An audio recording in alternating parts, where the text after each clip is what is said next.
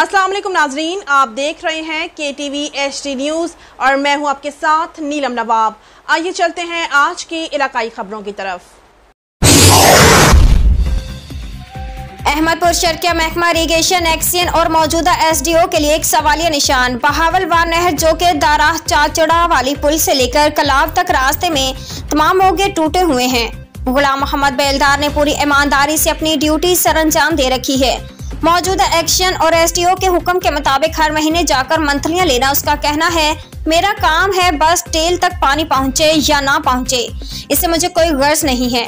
मुकामी लोगों से साजबाज करके माहाना मंथलियां तय और उनको खुली छुट्टी दी हुई है कि मोगों का साइज जितना दिल करे आप बढ़ा सकते हो, जबकि टेल के जिम्मेदारों ने कई बार मौका पर उसकी निशानदेही की है।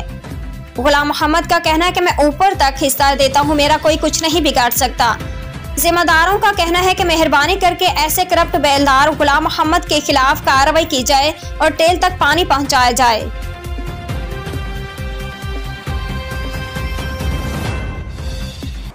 नाजरीन, मजीद खबरों और अपडेट्स के लिए देखते रहिए KTV HD न्यूज़ पाकिस्तान।